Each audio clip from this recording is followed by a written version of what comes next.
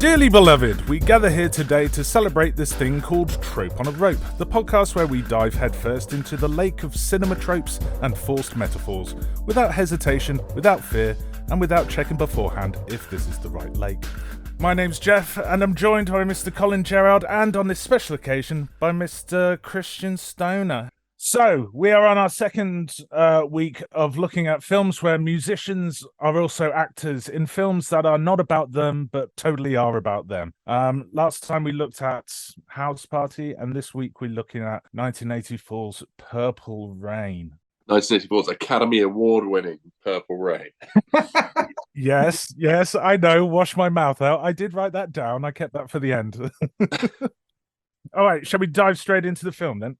Fuck it, let's go for it. Before you start, I'm going to be very quiet and listen to Christian be amazing at all of the facts. I've got some facts. Yeah, I also did some reading around as well, because this film is there's a lot about this film. Yeah, I did the reading around this stuff. It's not into the research, but I know for a fact that Christian's going to have all of the facts. So. Yeah, no, I started because I wanted to sit down and write slightly better notes than I did last time for House Party, but then it's just this one, there's such a black hole of information around it. You could disappear onto Wikipedia for days about this one. It's quite a movie. It is quite a movie. All right, I've got me blurb for Purple Rain. Purple Rain follows the trials and tribulations of Prince the Kid Princington, who's living at large as one of the three billed artists at the prestigious First Avenue Club. Things are going great, or at least they would be, if not for his rival Morris Day, who's actively gunning for him. It also doesn't help that the kid is an insufferable twat, a pretentious clown shoe, and the kind of unstable dick who fingers a girl 1 minute before backhanding the shit out of her the next. Also, at one point, it has an odd cameo featuring an infamous murder hotel in the background. So, Purple Rain, how did we feel about this film? I mean, not a year goes by where it doesn't age 20 years. It was a roller coaster. Yeah, I'll go with that. It's a roller coaster. Christian, where does this film sit for you? I assume that you've seen this many a time. Yeah. Well, I mean, it's always a difficult watch. I mean, obviously there is like lots of like all of the performances are incredible and like, you know, and, as the kids would say, iconic. But yes, there is some enormous amount of 80s going on. Yeah. So yeah, I mean, all of the weirdness and his like trying to get his persona across on screen. Yeah. You know, the fact that he's dressed in about $7 million worth of clothes and he lives in a tenement building on the Lower West Side. Yeah. He's got like the most expensive motorcycle ever, but yet can't afford to buy a guitar. Yeah, which costs the price of a necklace. Yeah, there's which is the price of an anklet, I believe. Yeah, it's an anklet. Yeah. Yeah, I mean it's always fun, but yeah, I mean it's 80s, it's enormously sexist. Can I just ask, is this a true story, or is this like a kind of true story, or what? It's supposed to be. I mean, his dad was a musician in real life. I don't know whether his dad used to beat his mum. Probably not. Maybe, don't know. Made for good drama. I do have some notes on that. I was going to keep it for the end, but seeing as you've brought it up, yeah, apparently his father was a bit of a dick in real life. It seems that there's like elements in this film that happened in real life, but they're not exactly in the same order. Like, he did live in a basement, but it wasn't in his house, in his parents' house. He moved out and lived in someone else's basement because his parents were being dicks to each other all the time. So, yeah, bits and bobs, just in a different order. Man, I had no idea about Prince's life at all. All I knew of Prince was Prince. He's a fucking legend. He's just a fucking presence. He's Prince. The only thing I knew about Prince was the story that Kevin Smith tells about him. What did you think of the film then, Cole? Coming into the movie, I assumed it would be a big ego trip on Prince's part, and I assumed it would be shit. and he just assumed it would be him having a big ego trip, being I'm fucking Prince, I'm amazing. So I came into this in a very this is going to be shit kind of attitude, and it was shit at first. To be perfectly honest, it was slow, it was fucking annoying, and then fuck, it got me. Is there a specific point? Because I think it's very similar to you. I think it started a certain way, and then like at a point it changed gears. I'd be interested to see if it's the same point. I don't know the exact point that happened, but I believe it's when he decided to fuck. That's a really difficult question. I mean, it's like I always used to say years ago. There's only three things that could make me cry, and they are when Dylan's wife dies in Beverly Hills 90210, the end of West Side Story, and when he plays Purple Rain. For me, the turning point of the movie is when he goes home and his dad shoots himself in the face. All right, okay. Yeah, that didn't happen in real life. That didn't happen in real life. No, his dad actually duet called The Ladder on the next album in 1985, I believe, on a song called The Ladder. At that point in the movie where the dad shoots himself in the face and he fucking gathers himself together and decides to be less of a selfish cunt, basically, and actually allow the other guys the girls to play their song. And when he plays Purple Rain, fucking tears. I cried. I mean that in itself is not in keeping with the movie, right? The fact that he gives the writing of Purple Rain to Lisa and Wendy is a very strange, like, that's the pinnacle of the movie, but he doesn't write the song, which it's a very, like, there's a lot of kind of giving with one hand and taking with the other that Prince does during this movie, and that's probably, you know, even how where are we now? We're almost 40 years since this movie came out, and it's still considered one of the greatest songs of all time. And in the moment, he gives the writing of it in the movie to other people. It's not strictly a Prince move. But man, I love Purple Rain as a song already. I already love that song. That song makes me cry already. But in the context of his dad just killed himself and he's dedicated to his father, he fucked up his relationships. In the context of the movie, that song made me fucking cry, man. That was perfect. Absolutely. Fucking great. I mean, also, so going from the start, it's very interestingly starts with not just one opening song, Let's Go Crazy, but then immediately is followed by Jungle Love by The Time. So almost before you've got any dialogue at all or any story started, they've played two entire songs, which is an interesting way to start a movie for sure. And I also read that they said that they didn't want to play When Doves Cry. They thought that When Doves Cry would not be a good choice. But man, they nailed that as well. That fucking really fits into the movie as well. Well, I think if you take out the bit where they're playing When Doves Cry, I'm pretty sure that is the music video. Really? So I'd imagine that he managed to get the music video made for free by the studio. My reaction to this film was pretty similar to yours, Cole. I wasn't looking forward to watching this. I thought that it would be weird 70s, like 80s. Oh yeah, 80s. Like a weird 80s ego trip, pretentious, just painful to watch. And yeah, it didn't start great. But yeah, by the end of it, I was fully on board. I kind of love this film.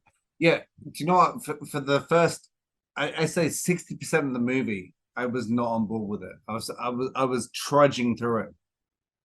But yeah, man, at the end, I kind of fucking love this movie too. Man, fucking that performance at the end is unbelievable.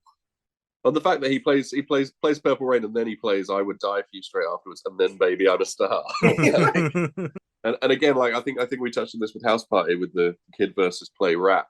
Like somehow, and we're going to touch on it again with 8 Mile. Like somehow, you're in a movie where you've got to write the best song in the entire world, and he just writes the best song in the entire world. It's like, how do people? If you could do that on cue, why aren't you doing it all the time? Like... the best thing is that the entire way through the movie, he has that song right from the beginning on the cassette, right? Yeah, And yeah, he keeps absolutely. trying to listen to it. Then he gets getting interrupted because his dad's beating the shit out of his wife or whatever. And he turns out keeps trying to listen to it, keeps trying to do it, but he fucking ah, Yeah, and eventually he's like, "Oh, Purple Rain." and lyrics come from nowhere. Shall we go through the film then? Yes. Let's do it. Right, so I've separated it into nights and days because it seems to follow that kind of thing. Like there's a night at the club and then followed by what happens the next day. Before you, can I ask one question? The guy, who's the guy? His rival. Is that a real Morris Day. Morris Day? Yes.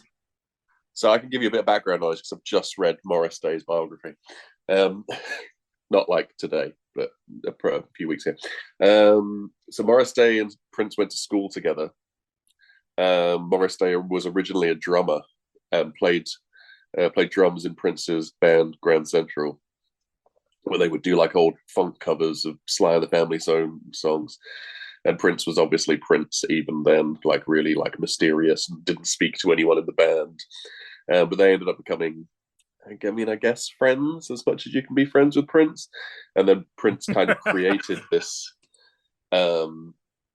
this character that is Morris Day, which a lot of people, and in fact, Maite, Prince's first wife, in her biography, she says the character of Morris Day was actually Prince.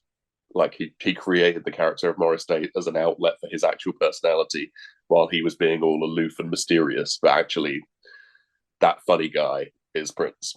Yeah, so Morris Day is a real person. The Time were a real band. Another fun fact about this movie is that Prince refused to have any of the other songs on the album because he wanted all the money for himself. Like if Jungle Love and the Bird had been on the Purple Rain soundtrack, like Morris Day would have earned millions, but he had to put them on his own album, Ice Cream Castles, at the time, because Prince was like, "Yeah, I'm not sharing the royalties for this album because it's going to be #1 forever," and he was right. I was going to ask about that, yeah, because I have the album, and yeah, none of the other songs turn up on it. So yeah. I know, and the album's like 9 songs. It's only got 9 tracks. So it's not like there wasn't room to whack a couple of time songs on there. I have to say though, even Morris's live acts on that are they're pretty fucking good, right? Oh, we know. Well, Prince and Morris Day wrote. So Prince wrote the first Time album under a different name, which is escaping me at the moment. Something Star. Freddie. Damn, I remember. Freddie, yes, Freddie Star. But yeah, he wrote the first album of the Time completely before there was even members of the Time. That he just wrote it for Morris as a vehicle for Morris to be a star, and then ended up recruiting this band around him, which included Jam and Lewis, who later went on to write all the Janet Jackson songs. They were like famous Janet Jackson producers. And then I went and saw Morris Day at the Time about 6 weeks ago. It was awesome. He's 65, still doing the moves. Man, awesome. I really wish I could see a live act where everyone in the background is doing the fucking dances. Right? Fucking, that would be awesome. I did like the people on the balcony. Yeah, right? Oh, yeah. Well, they just left the formation dancing on the balcony. Yeah. Very All right. On the opening night, there's 3 acts. The 3 acts at the club are Prince and the Revolution, Morris Day and the Time, with Jerome Benton, who's was a hype man or something. I believe he's referred to as a valet. As a valet. All right. Okay. He is Morris Day's valet. He basically dances, plays percussion, and holds a mirror. And Des Dickerson and the Modernaires. Aye. The opening speech from what's the first song? Let's Go Crazy. Let's Go Crazy. Dearly beloved, we are gathered here today to get through this thing called life. Electric word, life. It means forever, and that's a mighty long time. But I'm here to tell you there's something else. The afterworld. A world of never-ending happiness. You can always see the sun, day or night. It's not how night works. I believe it's a metaphorical. So Prince and the Revolution, they're Prince, Wendy, Lisa, and then two dudes who they don't name really. Yeah, they exist. They're there the entire time, but no one knows who the fuck they are. Dr. Fink is the keyboard player. During this opening scene, like especially during Prince's song, like there's a lot of things going on in the background. Like Apollonia turns up in a taxi and then she runs away from the taxi, gets a hotel room. Morris Day is in his hotel, and for the second week in a row, he's dancing whilst doing the hoovering. Yep, in a red vest and red shorts. And she runs away from the taxi, and then turns out she has a shitload of money in the wallet, so she could have paid. Oh, did she? I didn't notice that. I didn't clock that. I do. One of my favorite characters is in this entire film is the announcer at the club. Who's just there with a cigarette. He super doesn't give a shit. Right, and he looks like the living dead. Like he's yeah. It's like they got a homeless man at the last minute to replace the guy who was supposed to play it. Like, so. I've written in capitals Jungle Love brackets dancers on the balcony. We've talked about that. Hell of a good dance though. And while we're on the subject of Jungle Love, right, one of my favorite lines in any song in this movie is, "I'll take you to the crib, rip you off." Jungle Love. Nice. Don't they parody this at the end of? No, they don't parody it because I believe Morris Day and the Time is in this. This is at the end of a Kevin Smith film.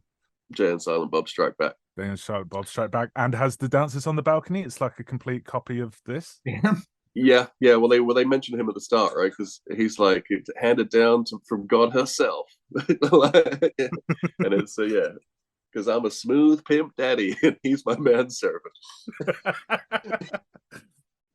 So yeah, whilst watching this show, Apollonia, who I'm just going to call Apples for the rest of this, like it shows this like weird triangle thing between her, Morris, and Prince.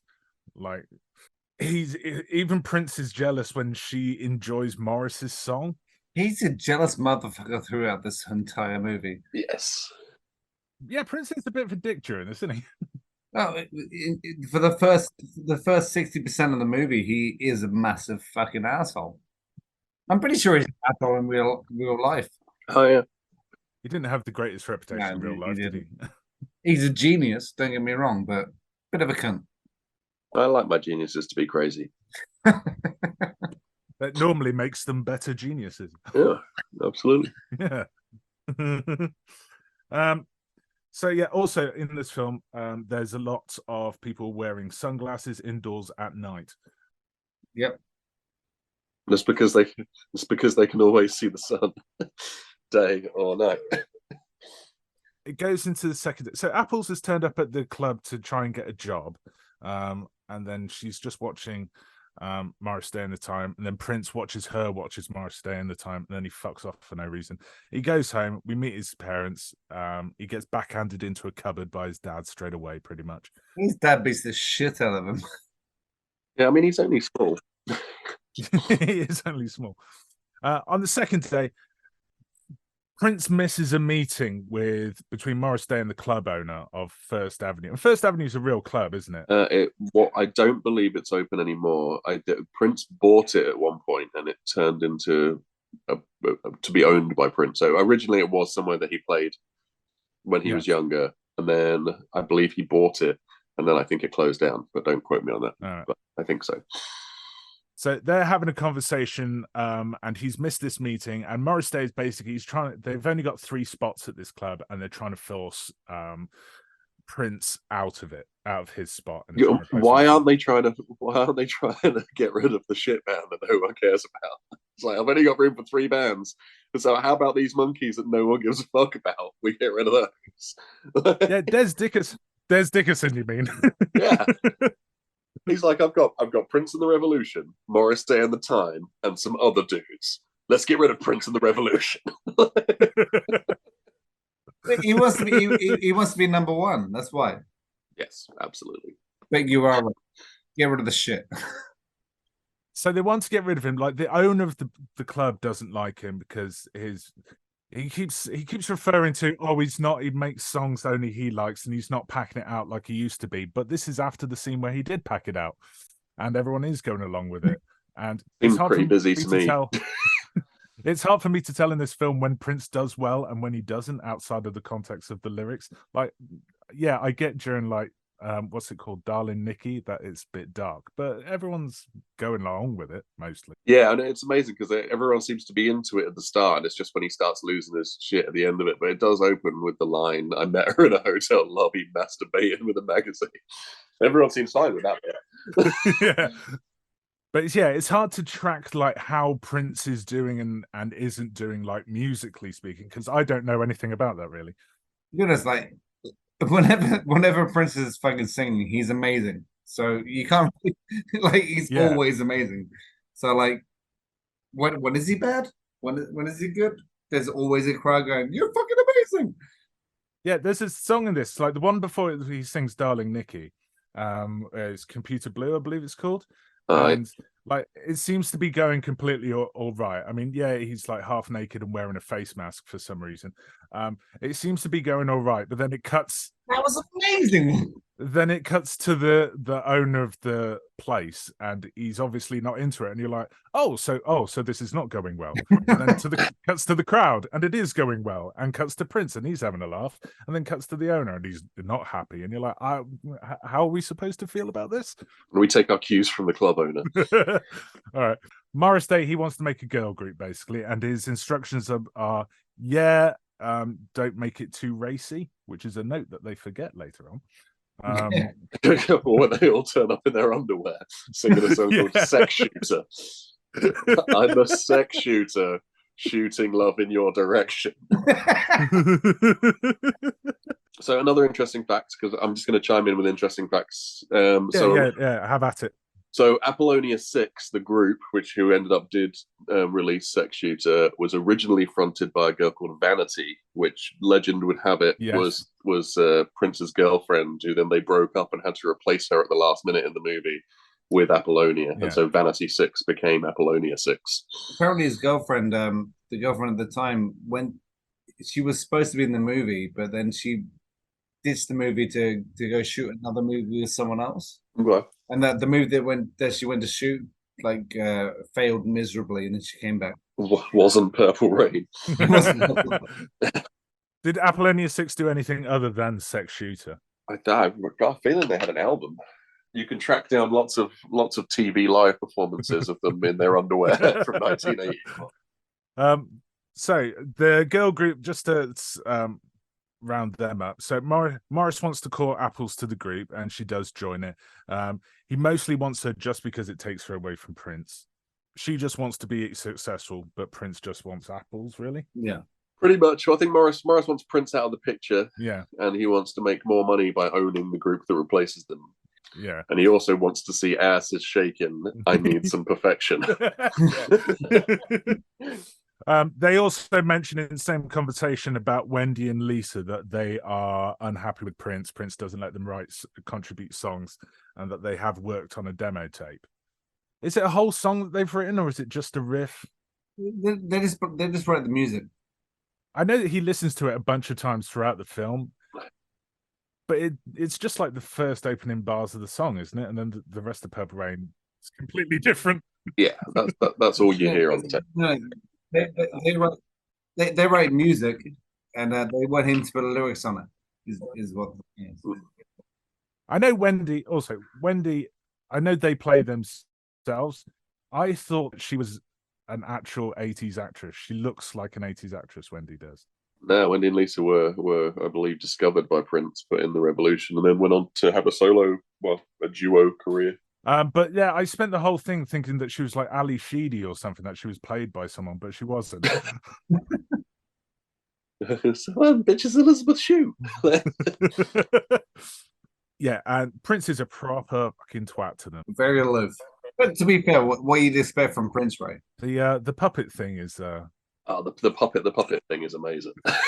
By the way, worst ventriloquist ever.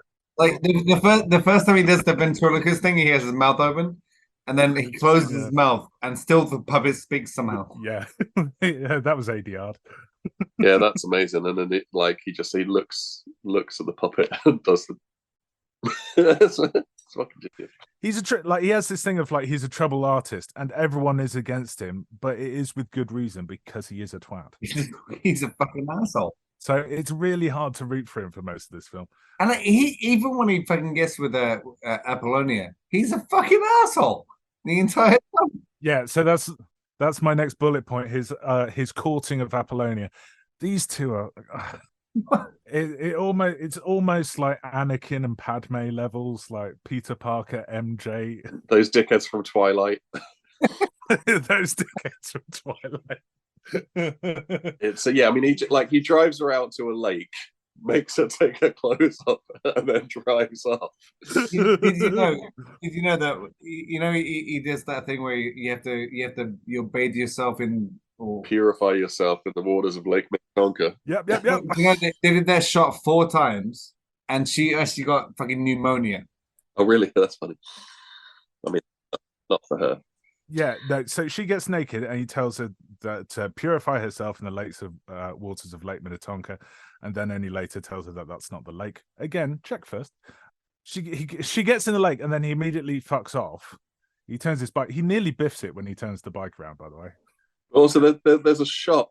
There's a shot where he stops and he's got like this smirk on his face where he's like, "Fuck that bitch," and then she starts to go after him, and he's like, "Yeah, got it." It totally worked.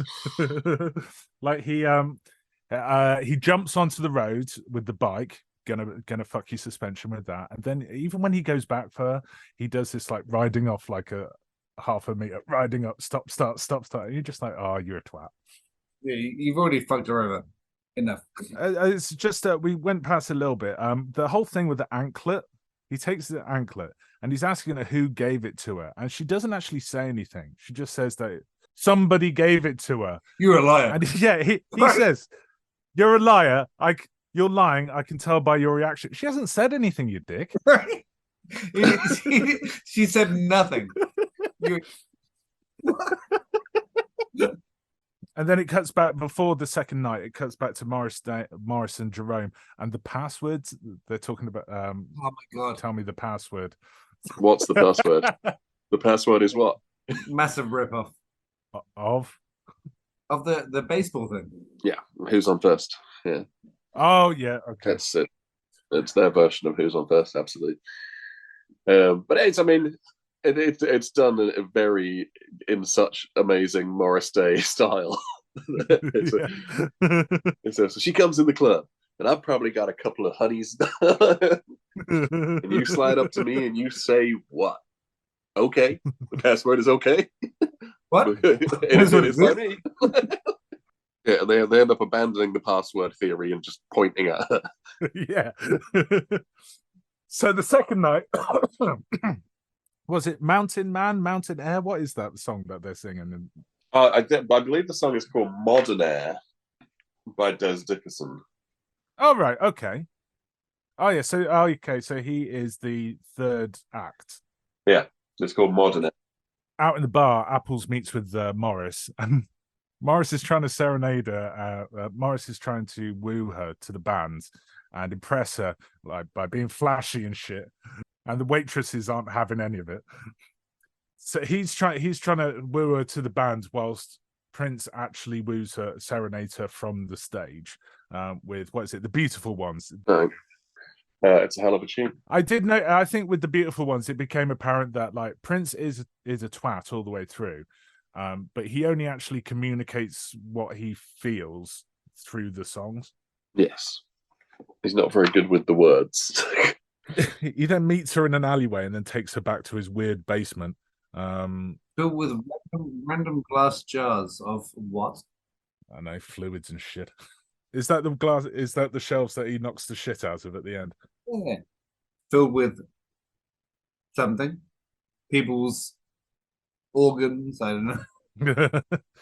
They listen to that weird tape. The reverse crying one where it sounds like they're laughing. Doesn't sound like they're laughing. I think she says, "This is weird that you listen to this," and I'm like, "You turned it on." Yeah, she turned it off. Yeah. But still, it's weird that he has it. A reverse tape of someone crying that he says sounds like laughter. Does not sound any way like laughter. They meet in his weird basement, and then they fuck in his weird basement, and then it goes into the third day. Prince goes to rehearsals, and Wendy and Lisa again, they're on it, and he properly lays into them this time. Yeah, no one wants to fucking listen to your bullshit. Yeah, pretty much straight into it.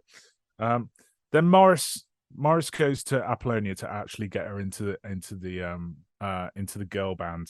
At which point, this is the bit where it has the weird cameo by a murder hotel in the background. Yeah, you're gonna need to explain this one. Yeah. Right. So this film is mostly shot in Minneapolis. So yeah, they did reshoots in LA.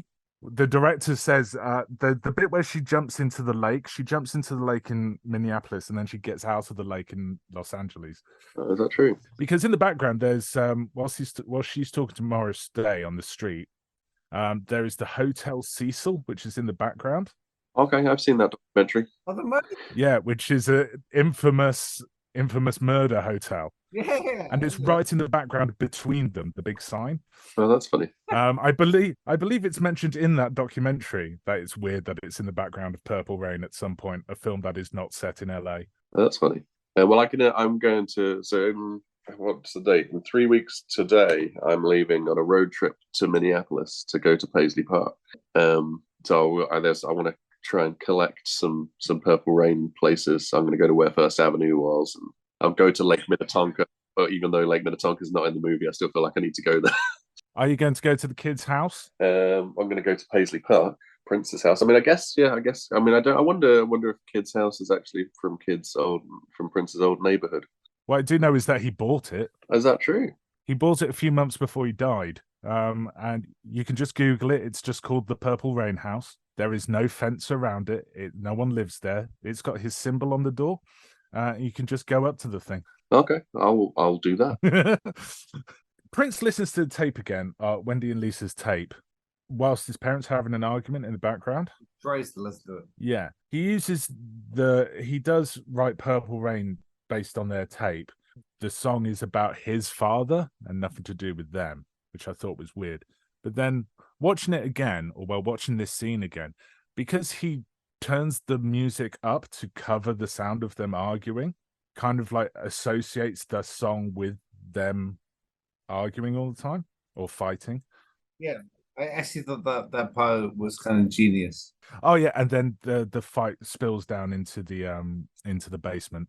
Yeah, his dad just kicks the shit out of her, and then Prince T-bones him into a wall, and then he sits there and he starts quoting things that turn up in later songs, like "I would die for you." There was something else he says at some point. This is one of the things I actually really like about this movie, though. There's loads of things that turn up that happened earlier, like little quotes that he mentions in the Purple Rain song later. It's like fucking foreshadowing that I didn't even see happening. I'm not sure if there's like a couple of days that are stitched together here, but there isn't like another night at the club for a bit. Because like the next scene is like Apples sneaks into his apartment. I assume it's like a day later at least, and gives him the guitar. Yes. And then immediately smacks the shit out of her when she says that says about the band, about the Apollonia 6. When you first watched it, when he suddenly slaps the shit out of her, that's the point for me. That's where I switched, and I was like, "Oh, fucking hello, what's going on here?"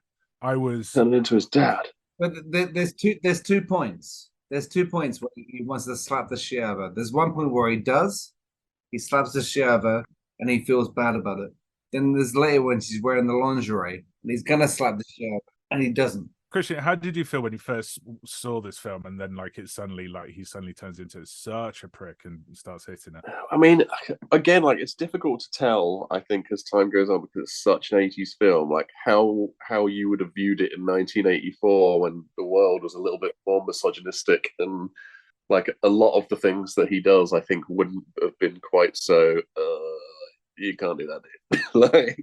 Yeah. So I think it takes on a bit of a different meaning now. So I think when I was young and I first watched it, I didn't really think much of it. But also, I was a kid, so you just think, well, that's what parents do, and dad just beats mum up. But Do you see my point? Where like that one point where he actually slaps her in the face, out, like reflexively, he fucking slaps her in the face. Then later on, he's gonna slap her in the face when she's wearing that lingerie, and then he decides not to. I think this is his way of saying that I'm I'm learning. I'm learning how.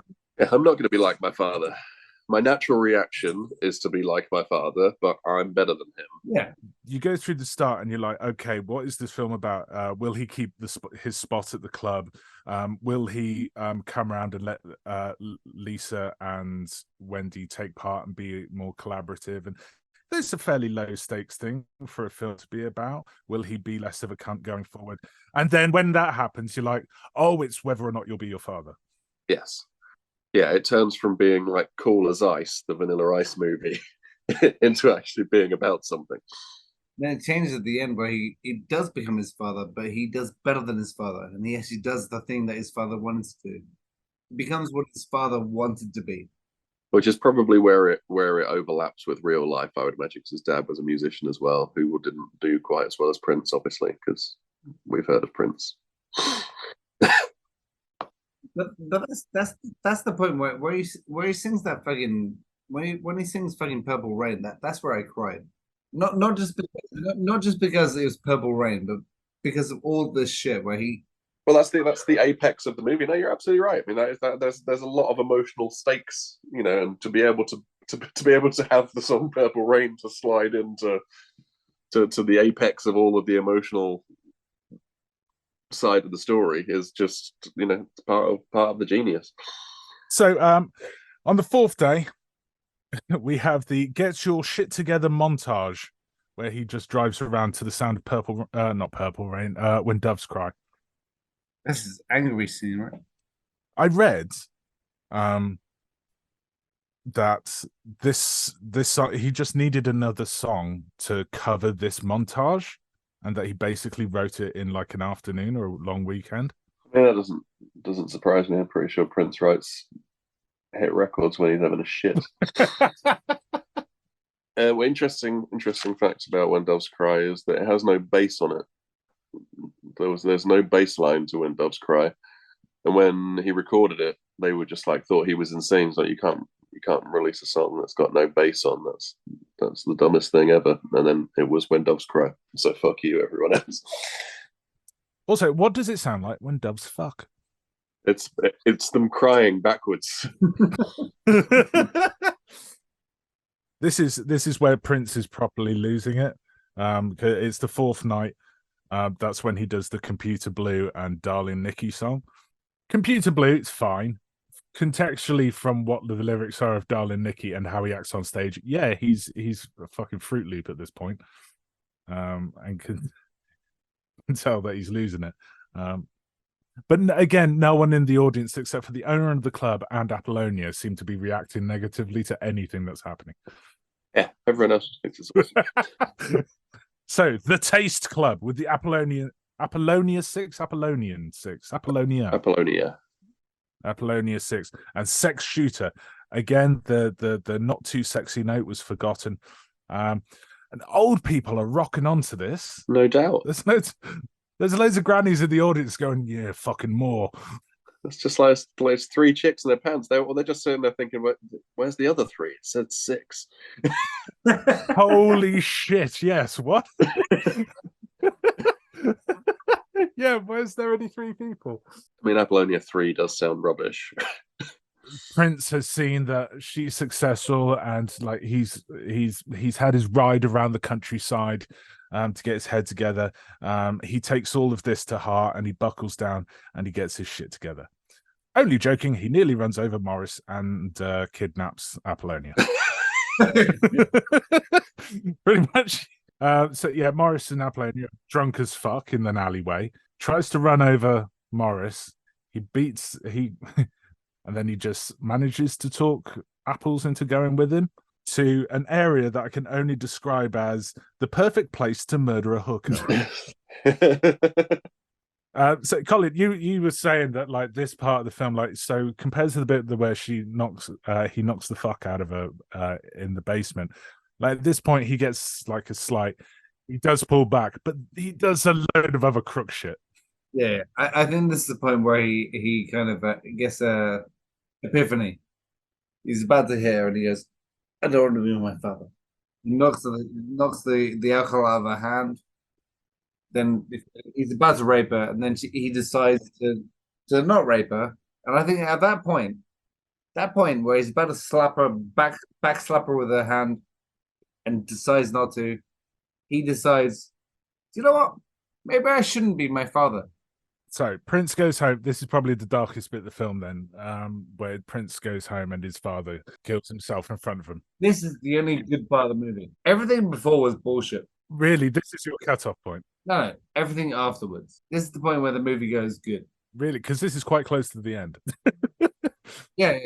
But All right, fair enough. This is the reason I like the movie.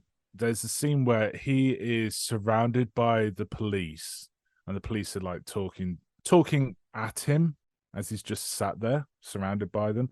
And it was only the second time I watched it that I noticed that they're in the background is that weird backwards tape, the crying one. Okay, good spot. I thought that it was a good depiction of mental illness because there's definitely something wrong with Prince generally. Well, the kid, I'll say generally, and then this thing is very close to pushing him over the edge. Like that bit where he's sat there looking at the chalk outline, the tape outline of where his father lay, and then the rope in the corner, and then the chalk outline, and then the rope in the corner, and he's just like, "Oh, it's very easy to hop step to do something bad." It shows one little bit of him hanging himself. He sees that, and he imagines that, and then he like his father though, he then chooses violence, then beats the shit out of the room itself. This is the point where, for me, where the movie gets good. This is the reason I like this movie. I would have given it from the first hit, when he hits Apollonia the first time. That's when it changed for me. I did. The first, I thought you meant "Let's Go Crazy." Well, no, I can watch it from the beginning now and enjoy the whole thing. But yeah, no, that's when I first watched it. It was from when he first hit Apollonia that I changed it into, oh, hello, actually, this is quite good. Yeah, no, from when he hits Apollonia, it becomes a good movie. From when this part happens is when it becomes a good story. It gets to the final day then, and I suppose this is the money shot. He finally plays Wendy and Lisa's song. I still don't think it sounds like the whole of Purple Rain, but never mind. What? Dude, listen. It's the point of the entire movie. Listen to the cassette. Listen to the cassette again. It is the exact same chords of "You're an Idiot." All right, okay. All right. I'll do this, and then when you listen to this episode finally, then whether or not I cut out all reference to that is whether or not I did that. You can even see the process. He listens to the tape. He plays the fucking piano. He gets the chords on the piano. Then he fucking plays the song. I mean, Colin's right. Okay, I'm outvoted on this one. All right. We get to the final night. Morris opens with The Bird. Fucking tune. Yeah, all you need is 2 arms and an attitude. Also, the best lyrics to any chorus ever: "Squawk, hallelujah, whoa, whoa, whoa, whoa." There's a bit after the song in between, because Morrissey and his entourage, they're going through the corridors, all like giving it large, and then it keeps cutting to Prince and the Revolution, very quiet and reserved in there. How fucking bullshit is it when he comes back and he says to her, "How's your family?" After his dad's just fucking shows, oh, what a cunt. Yeah, pretty dark. After, as he walks past the door, He walks past the door and he comes back and goes, "How's your family?" who is it? Who is it who says that? It's Morris Day, isn't it? That says that. Yeah, it's most day. But then you see him later in the hallway feeling bad about it. Yeah, immediately. That was going to be my follow-up question, because I only noticed on the second watch that it was that he stopped in the corridor afterwards. I'm just like, why did he stop in the corridor? And maybe I fast forwarded past he says something crook and then immediately regrets it. And then Purple Rain, the song. Personally, and right, I'm just going to be out of. It's like I don't like the song Purple Rain. Why? It's like the weakest song in the film. Dude. Is this the day this podcast ends?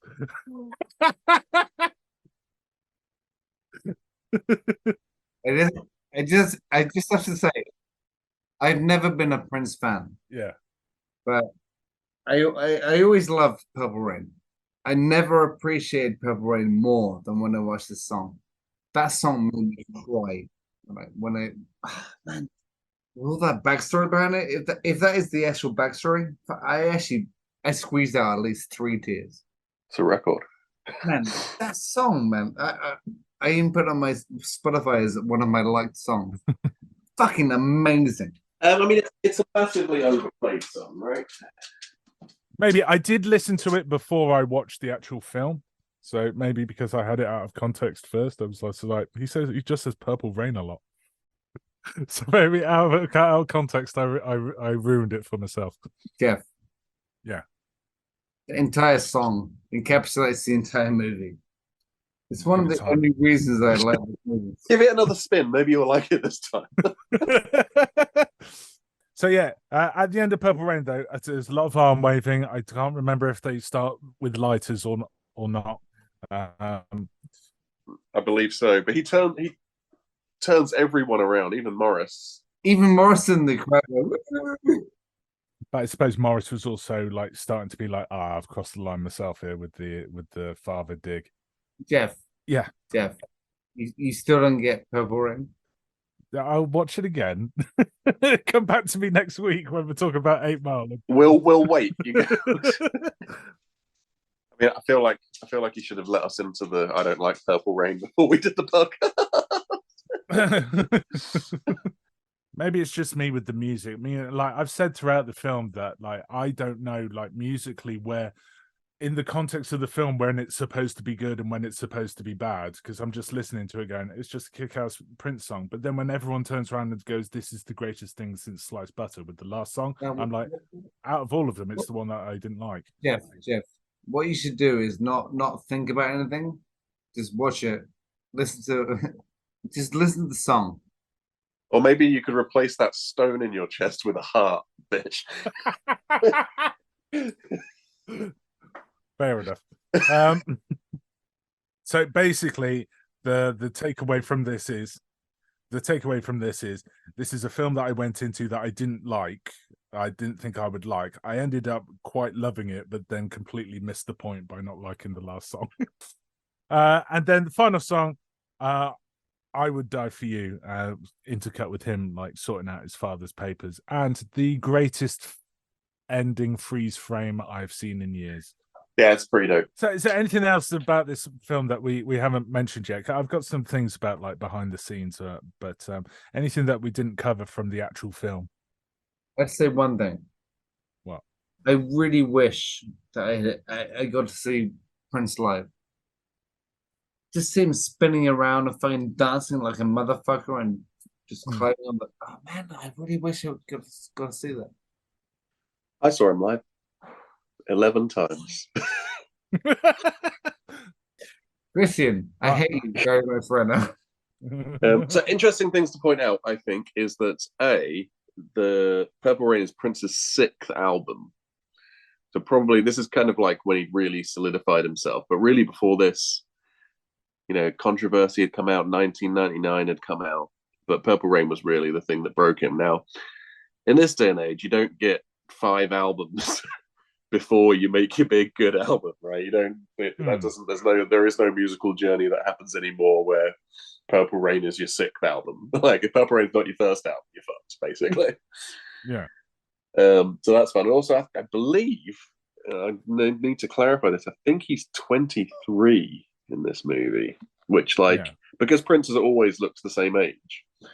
You forget that when he actually looked 23, like the first time he looked 23, he actually was. Hang on a second.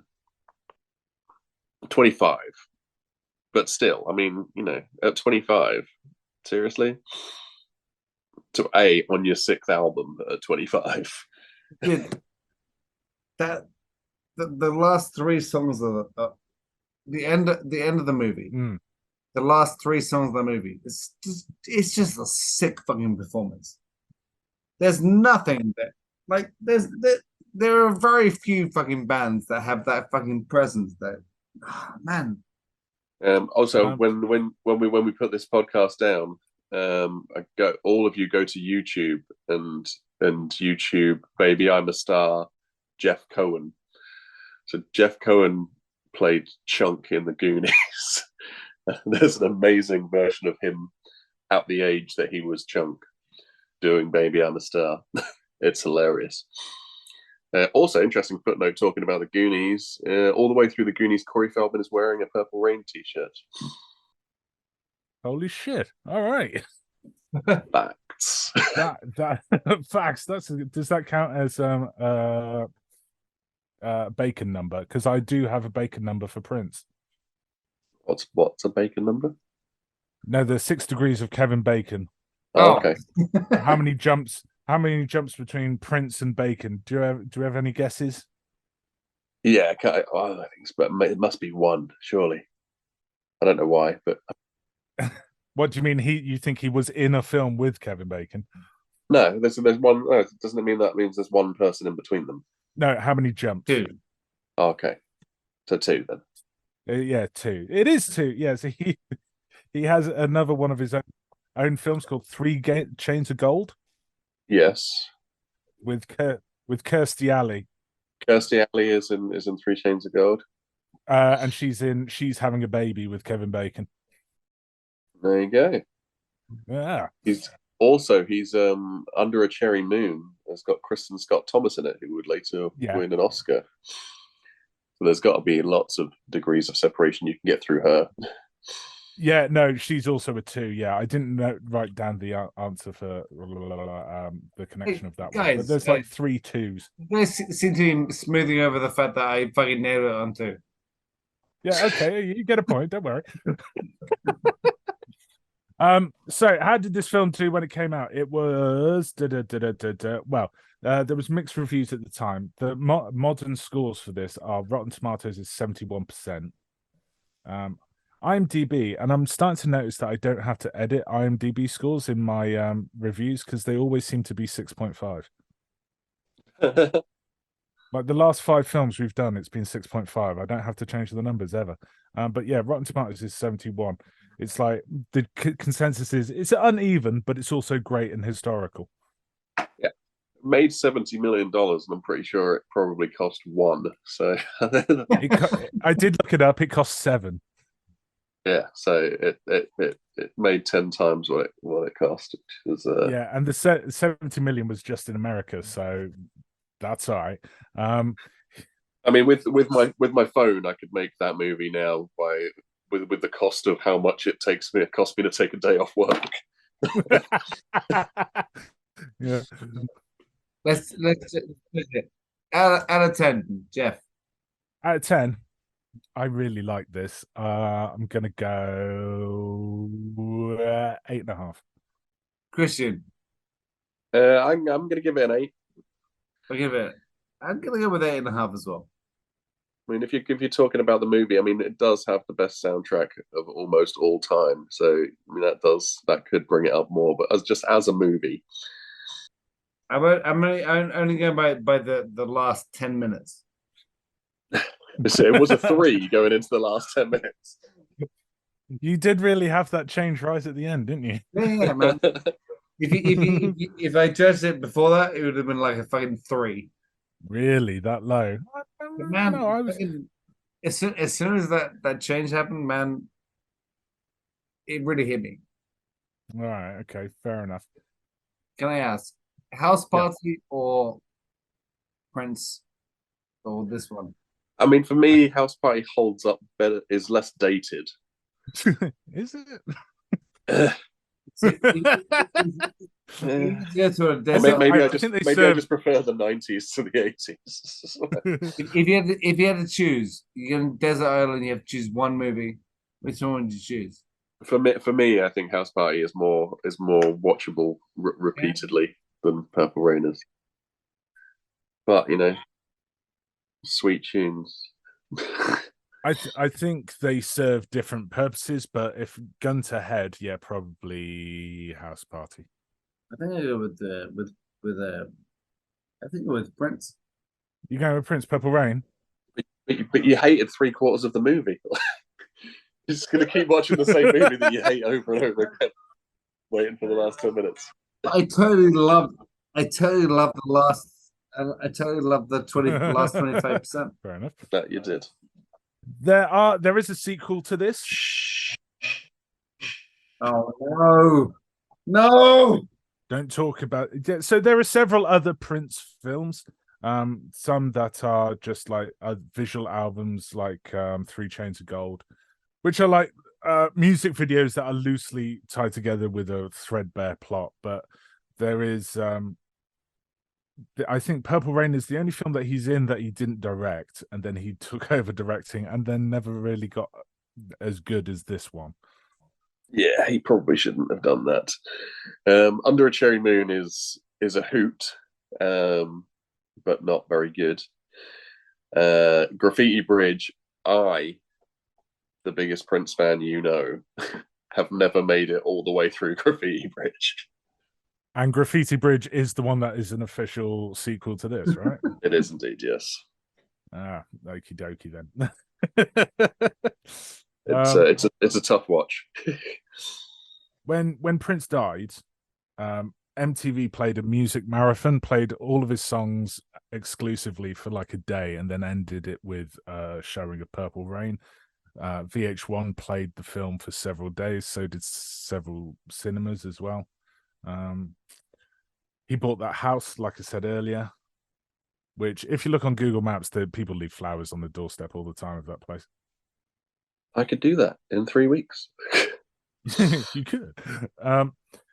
There is the Nigerian. I can't remember which one it is. There is a Nigerian film that's about a Nigerian guitarist, but is also a homage to Purple Rain.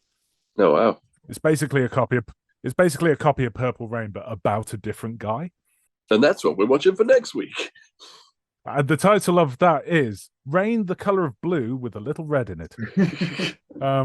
Which is fun. Also, on the Purple Rain Wikipedia page, it says that 8 Mile, the next film that we're watching, is based on Purple Rain, but 8 Mile's Wikipedia page does not mention this. Interesting. All right, okie dokies. Colin, where can people find you if they were so inclined to go take a gander? Japan, fair enough. Are you putting any of your Fuji Rock photos on your Instagram? Oh my god, it's fucking fantastic. We're in the show right. I did spot that earlier. All right, guys. See you next week. Bye. Yeah, good to see you guys. I'm gonna go play baseball with my daughter now. All right, I'm gonna watch TV with my son. I'm gonna pass out. We all have plans. It's good to have goals. Bye, guys. See you next time. Take care, dudes.